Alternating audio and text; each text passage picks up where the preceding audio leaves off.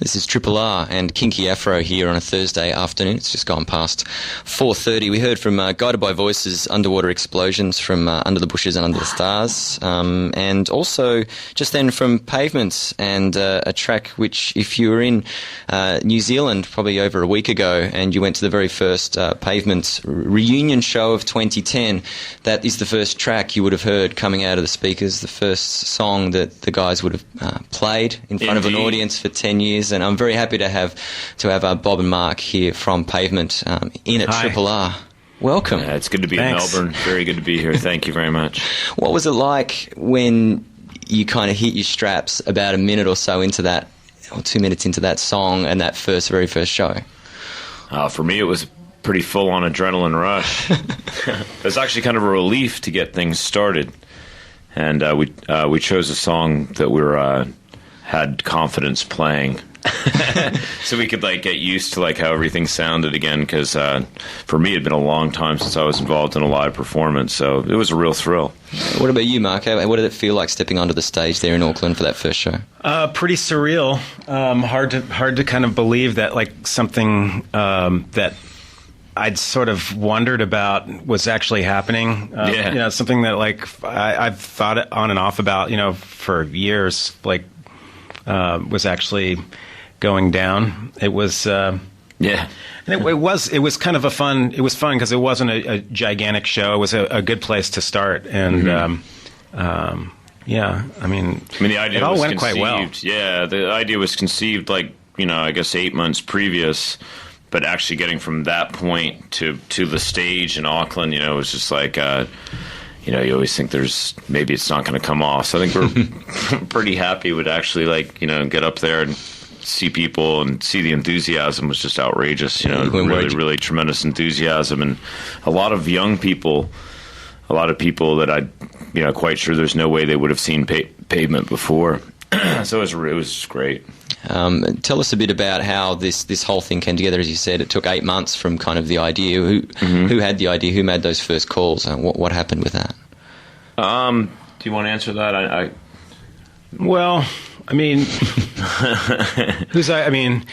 it's something that had been talked about for a while, and I just guess was not really taken seriously by me, at least, for quite a while. And then I think at one point, after a couple of false alarms and maybe I think at one point there was an announcement made a couple of years ago that we were going to do it, and I was probably one of the last people to hear about it. I was me as well. So that didn't happen, and then I think that this last time the guy that puts together our tours, Botch, had sort of a plan, and he presented it to some of the guys, and I found out.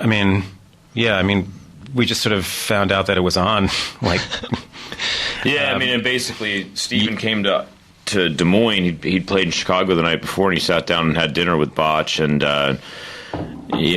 some of these guys we all work, and some of these guys have pretty busy schedules when it comes to musical activity. Mark plays the bass in Sonic Youth, and Stephen has the Jicks, and Scott has his musical projects, and Steve West is a stonemason, but he also works on music. So people have, they're planning albums and tours and stuff like that. So I think they kind of carved out a certain period of time this year that would be the best time to do it. And then they proceeded to ask everybody one by one if that was a good time for them. And then Botch needed plenty of time to start planning. I don't know this Botch guy. I get this feeling. Did he present PowerPoint style with kind of flow diagrams? And do a schedule. Yeah, he went, okay, yeah, cool. Let's do consummate professional, workaholic, not allowed to sleep. He never sleeps. Yeah, never rests. Oh yeah. In terms of song choice, then, leading up to these first series of shows in New Zealand, Australia, and how did you decide what you were going to present to the audience? How did you get together the set of songs that you might kind of start rolling out? Basically, 40 to 45 songs. The game plan was to sort of practice them, and we email. People came up with suggestions, and we compiled the list, and then we went to Portland, Oregon, and we practiced for about 25 hours over 10 days, which is sort of the casual way that we've always done it. But the choices were actually sort of not typically Pavement. The choices are actually hits. Or what More we call hits, hits. yeah. You know, the more popular songs from each album, rather Older than like stuff, concentrating too. on obscurities. We've pretty much been playing kind of More people's favorite recognizable. songs from each album, and I didn't think that was going to happen actually at first. So, I mean, we will probably work some other songs into it, but that's another thing that's totally different about playing these shows than what we did in the '90s. Is that we don't have a new album really, you know? And I mean, we have a compilation that's coming out, but I mean, we've been able to pick all these songs that are, you know, well, songs that we can play first of all. Yeah. But also songs that you've had a chance, you've had 10 years or 12 years kind of sitting on these songs, knowing that they're there. I mean, has your feeling for these songs changed? Has playing them now live made you think differently about some of the songs you have? I loved them then, and I love them now. Yeah, for me, I loved them then, but then I did not listen to them at all until now. So it's kind of great just to hear them again. And a lot of we've played like, I don't know, 6, 7, 8 shows now. And after we play a lot of these songs, I think, God, I feel like it's better than, you know, like that we play Cut Your Hair better than we did. We might back be more in the day or whatever. relaxed. That could be it too.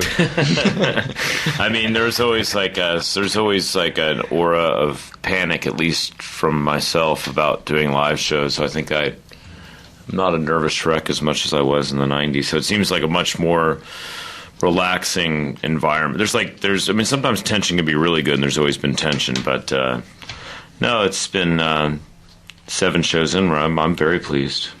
We're going to have a listen to some more Pavement now. If you've just tuned into Triple R, I'm joined by Mark and Bob from the band, and in Australia at the moment, about to play 2 shows in Melbourne. The last 2 shows of the Australian tour, Friday and Sunday night, which is pretty exciting.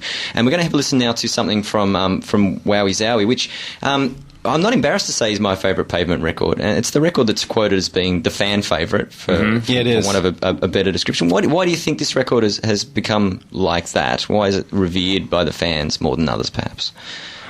I mean, kind of like the band, it's all over the place. I mean, it represents the sort of different styles of music that the band was sort of shooting for. Or trying to what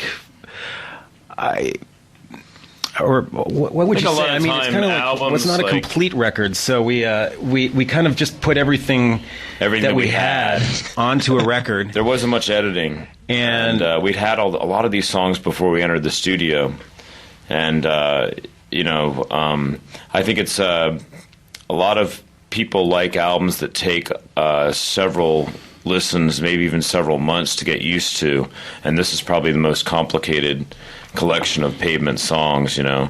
And although when you look at that list now, they just don't look that complicated, these songs. But I mean, just like odd. They're odd. Yeah. There's some odder things going on here. I don't really remember even having a song called Spanos the Rag.